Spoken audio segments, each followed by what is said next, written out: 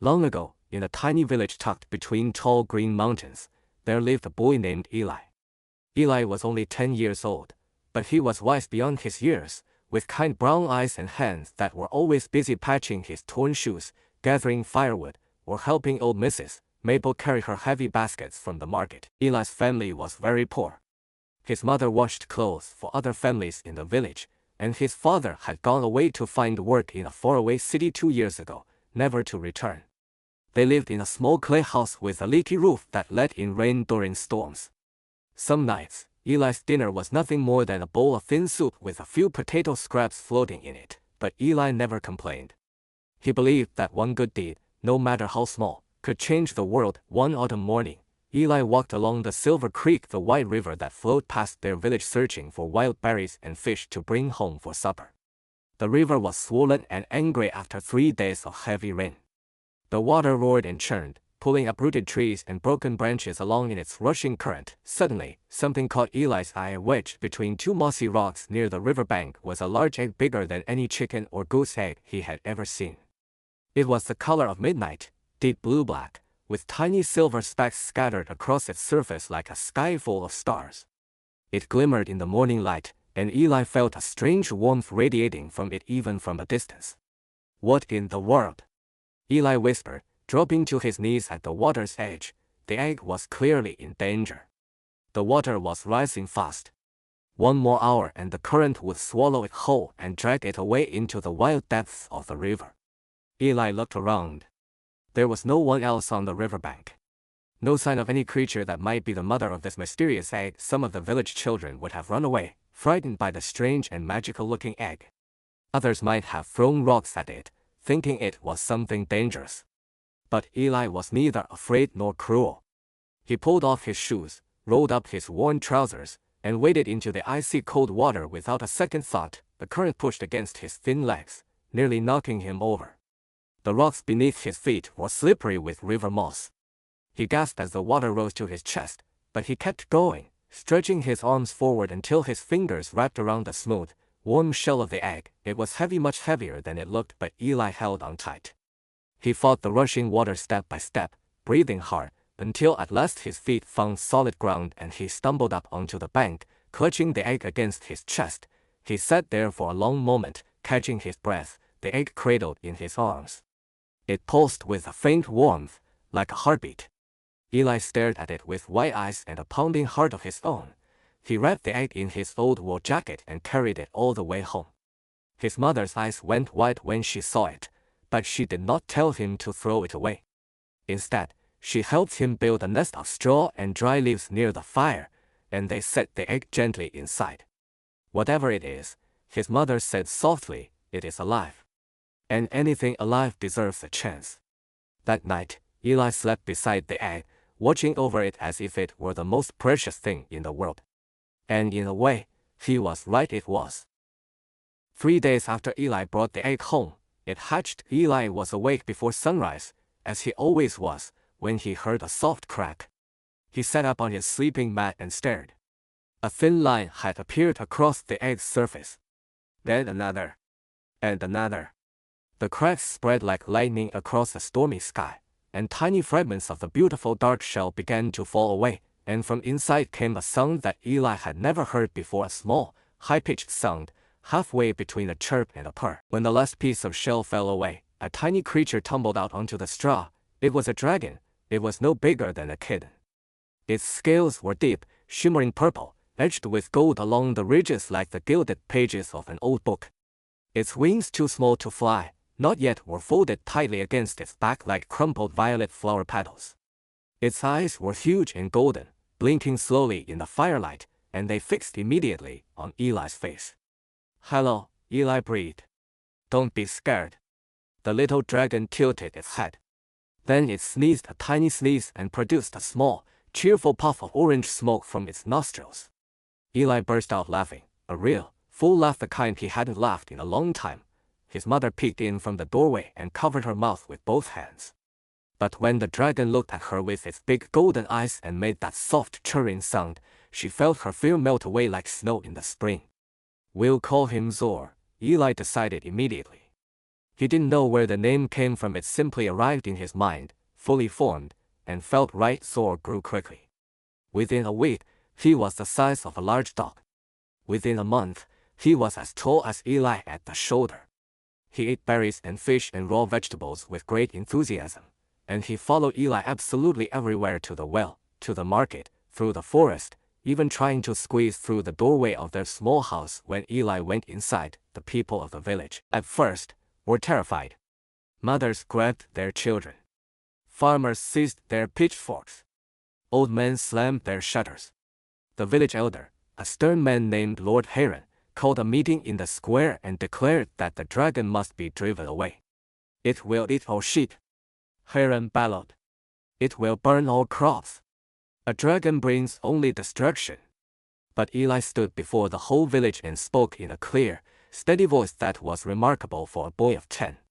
"Zor has never hurt anyone.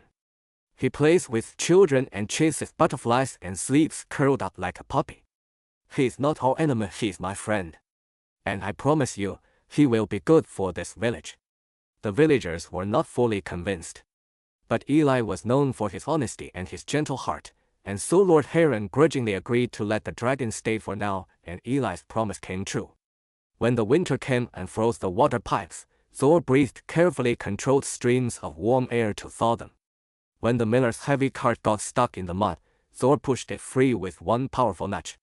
When little Anna from the baker's house got lost in the dark forest, Zor found her in minutes, guided by his sharp senses, and brought her safely home on his back. The village began to love Zor. And Zor loved them back with the innocent, wholehearted affection that only animals and children can truly offer. But most of all, Zor loved Eli. And Eli loved Zor as much as he had ever loved anything in his life. 2 years passed, happy and full. Zor grew larger still, now the size of a horse, his purple scales deepening to a rich, royal violet, his golden eyes bright with intelligence. He could fly short distances, swooping low over the village fields, and his roar, still young and not fully powerful, sounded like thunder rolling across distant hills. But one night, when Eli was nearly 12 years old, something changed. Eli awoke to find Zor restless and agitated, pacing back and forth outside their house, staring toward the mountains with an expression Eli had never seen before. It was an expression of longing, deep, aching longing, the way a bird looks when it first understands that it has wings and a sky waiting for it. "What's wrong, Zor?" Eli asked, rubbing sleep from his eyes. Zor turned and looked at him with those great golden eyes, and Eli saw something in them that broke his heart a little. Zor was being called. Not by any voice Eli could hear, but by something deep and ancient inside the dragon's blood. A call to his own kind. A call to the Dragon Mountains, far to the north, where dragons were said to live in vast caves of crystal and fire. Zor was young enough that he had not known this call before. Now it had come, and it would not be ignored. Eli understood, even though he was only a boy. He sat down beside Zor and pressed his forehead against the dragon's warm, scaled neck and breathed in the smell of him smoke and cedar and wild sky, and did not say anything for a long time. "You have to go, don't you?" he said at last. Zor made a low, rumbling sound deep in his chest.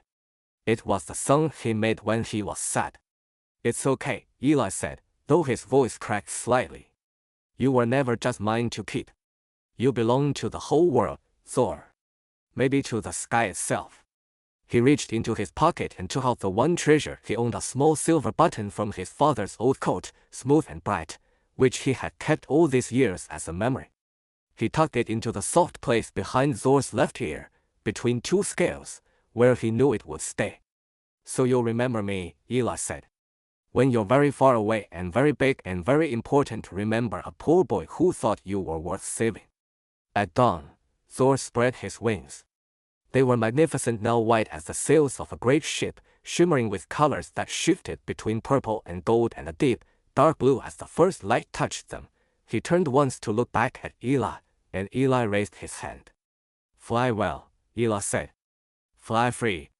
And Zor flew. He rose over the village like a magnificent sunrise, climbing higher and higher into the pale morning sky, until he was a distant dark shape against the gold and pink clouds, and then smaller still, a speck, a star, and then gone. Eli stood alone in the empty field for a long time. His eyes were wet, but he was not ashamed of it. Saying goodbye to someone you love is not weakness. It is the bravest thing in the world. He wiped his face with his sleeve, took a deep breath, and went back inside to make his mother her morning tea. Life went on. It always does, but the ache of Zor's absence stayed with Eli like a quiet scar, hidden, healed, but always there. 7 years passed. Eli grew from a boy into a young man of 19, tall, broad-shouldered, with the same kind eyes and the same steady hands, but also with the quiet sadness that only years of hard living can carve into a person's face. His mother had fallen ill 2 winters ago. She was recovering now, slowly, but the medicines and the healer's visits had cost everything they had. Eli worked every job available, hauling stones for the builder, delivering goods for the merchant, mending fences for the farmers, but it was never quite enough. Every night he counted the coins in their small clay jar, and every night the number was smaller than he needed, and then the real darkness came. Lord Heron, now elderly and bitter, had a son named Garrett. Garrett was 25 and cruel in the way that only people with too much power and too little kindness can be. He had watched Eli's family struggle for years and saw an opportunity. He bought up all the debts the family had collected and told Eli with a cold smile that if Eli could not pay him back every single coin by the first day of winter, just 6 weeks away, he would take the family's small clay house as payment. "Where will we go?" Eli asked quietly. "That," said Garrett, "is not my concern." The village could not help. They were all struggling too. The harvest had been poor that year, 3 weeks of drought followed by 2 weeks of floods. Grain prices had tripled. Everybody had their own empty jars to worry about. Eli sat on the riverbank one cold evening, the same Silver Creek where, 9 years ago, he had pulled an egg from the rushing water, and for the first time in his life, he truly didn't know what to do. He had no money. He had no powerful friends. He had no special skills beyond an honest heart and a pair of willing hands. He was just a poor young man sitting by a river in the dark, trying very hard not to feel completely hopeless. He reached into his pocket and touched the one thing he still carried, a small fragment of dark blue-black eggshell, saved from the morning Zor had hatched. It was smooth as glass and still held a faint, mysterious warmth. He had kept it all these years without knowing quite why. "I wonder where you are, old friend," he murmured to the stars above the river. "I wonder if you're well." The stars did not answer. Eli tucked the eggshell away, got to his feet, and walked home through the cold dark, thinking, "I will find a way. There is always a way. I just haven't found it yet." He did not know that far, far to the north, in the great crystal caverns of the Dragon Mountains, something had just stirred, something enormous. Something golden-eyed. Something that had felt without knowing quite how, a pang of sadness coming from a direction it knew very well, and it had begun, with slow and majestic certainty, to turn south. The morning of the first day of winter arrived cold and gray. Frost covered the grass and turned the puddles to plates of cloudy ice. Lord Garrett arrived at Eli's house at sunrise with 3 large men and a written document, his breath puffing in clouds of self-important steam. "Time is up, boy," he said to Eli, who stood in the doorway with his arms folded, blocking the entrance. "Produce the money, or step aside." "I don't have the money," Eli said honestly. "But I will ask you one more time to show some mercy. My mother is still unwell. We have nowhere to go." "Mercy," Garrett sneered, "is for people who can afford it." A small crowd of villagers had gathered in the lane, watching with sad, helpless eyes. Nobody spoke. Nobody stepped forward. Fear has a way of making even good people stand very still, and then the ground trembled. Not the trembling of an earthquake, it was deeper than that, more rhythmic. Like the steady, powerful beat of enormous wings, every head turned upward. He came from the north, out of the pale winter sky, and he was nothing like the small, clumsy creature who had once chased butterflies and sneezed smoke in Eli's little house. He was immense. He was magnificent. There was no other word for it, royal. His scales were the deep, saturated violet of a midnight sky, but now shot through with veins of pure gold that caught the thin winter sunlight and threw it back in blazing shafts. His wingspan was vast, wide enough to cast a shadow over the entire village square when he circled overhead. His tail was long and powerful, tipped with a blade of golden bone. His horns curved back from his head like a crown of obsidian and amber. His roar when he gave it, descending toward the village, was not the rumbling of thunder. It was the thunder itself, Every person in the village dropped to their knees, including Garrett's 3 large men. Garrett himself went white as winter and stumbled backward into a fence post, but the dragon did not roar again. He landed with surprising gentleness for something so enormous in the open field just beyond the lane. The ground shook once, firmly, as his feet met the earth.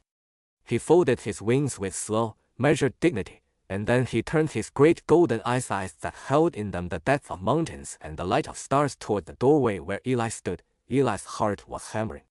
His mouth was dry. He was 19 years old and looking at something that could shake mountains, and yet, beneath all of that, beneath the scale and the smoke and the blazing golden light, he saw something he recognized, the tilt of the head. The particular way the eyes blinked, slow and warm and steady. "Grr," Eli whispered.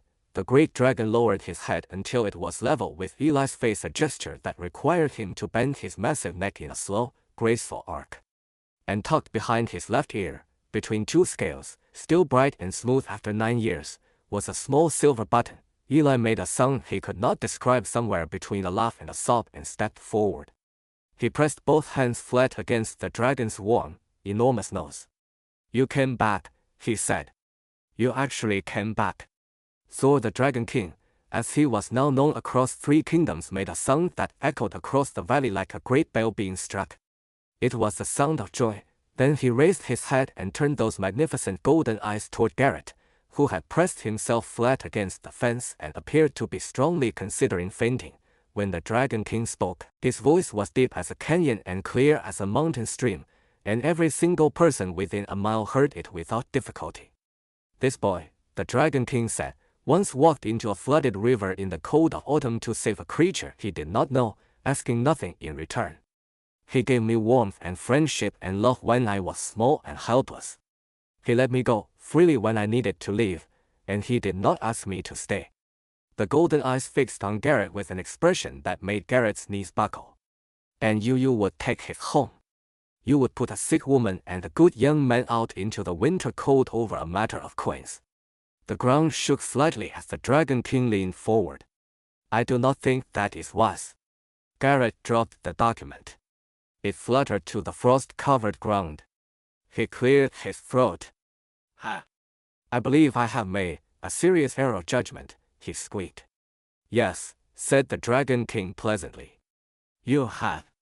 And from the dragon's great clawed foot, opened now like a magnificent golden hand, there cascaded a waterfall of gems and gold coins, more wealth than the entire village had ever seen, more than enough to pay every debt, fill every empty jar, and rebuild every leaky roof for miles around. Garrett grabbed his documents, his men, and his dignity, what was left of it, and left the village at a pace that was not quite running but was very close to it.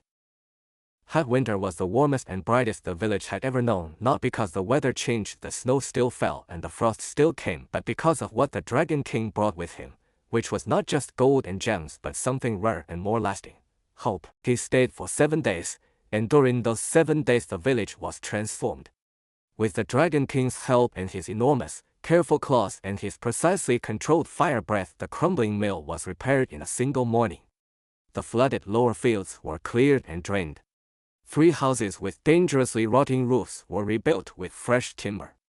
Old Mrs. Maple, who had not been warmed in years, found that her house somehow always seemed to have a comfortable warmth near the east wall, which puzzled her greatly until she spotted, through the window, a hint of violet scale pressed against the stone, the Dragon King resting against her wall to keep it warm. He was gentle about it. He never made anyone feel small or frightened.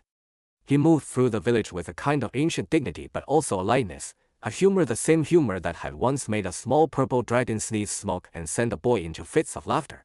On the 6th evening, Eli and Zor sat together by the Silver Creek, just as Eli had sat alone 6 weeks ago in despair.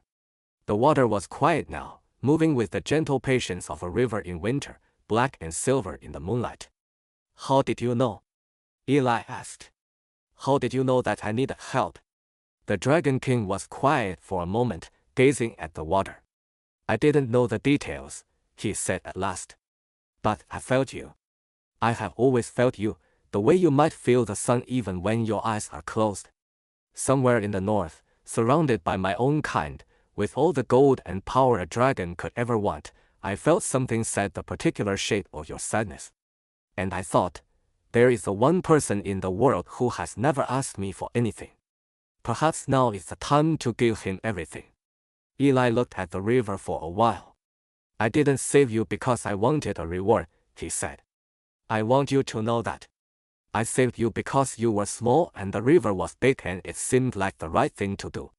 I know, said the Dragon King. That is exactly why I came back. On the 7th day, the Dragon King prepared to leave. His work in the valley was done, or at least, this part of it. There were 3 more kingdoms to the east that had sent word asking for his judgment in a border dispute. The work of a Dragon King was never quite finished. He knelt before Eli in the village square, and the whole village gathered around them, not in fear this time, but in love and gratitude. I have one more gift for you, Thor said. He held out his great golden claw, and resting on the tip of it, glimmering like a captured star, was a small-scale one of his own made into a pendant on a thin golden chain. Wherever you go, wherever life takes you, if you ever hold this and call my name, I will hear you. And I will come. Eli took the pendant carefully and held it close. Will I see you again? He asked. Outside of emergencies, I mean. Just because we're friends. The Dragon King made that great bell sound again, the sound of joy, and his golden eyes crinkled at the corners in something that, on a dragon's face, could only be called a smile. Eli, he said warmly. You are the reason I know what friendship is. Of course you will see me again. Probably more often than the rest of your village would prefer. Eli laughed a real laugh, full and free, and the village laughed with him. Thor spread his great wings over the village one last time, and as he rose into the clear winter morning, something remarkable happened. From between his wings, carried on the warm current of air he created, came a gentle shower of golden sparks, thousands and thousands of them, drifting down over the village like tiny embers that gave warmth but no fire, settling on rooftops and window ledges and children's outstretched hands, glowing for a long moment before fading into the cold air with a last, sweet warmth. The village children, who would grow old telling this story, always remembered those sparks. They said they felt like a blessing. They said they felt like a thank you. They said they felt like the most extraordinary hug that had ever been given, and Eli stood in the square, the golden pendant in his hand, watching his friend climb higher and higher into the pale blue winter sky. This time, he did not feel sad. He felt like exactly what he was. Young man who had once done a small act of kindness for a stranger, not for a reward, not for recognition, but simply because it was the right thing to do. And the world, in its own deep and mysterious way, had remembered. The river flowed on beside the village, steady and patient as it always was. The mountains watched from a distance, old and unmoved. And in the crystal clear air above the valley, the Dragon King flew north, carrying in his heart the warmest thing it had ever held, the knowledge that somewhere far below, a good person existed in the world. The end.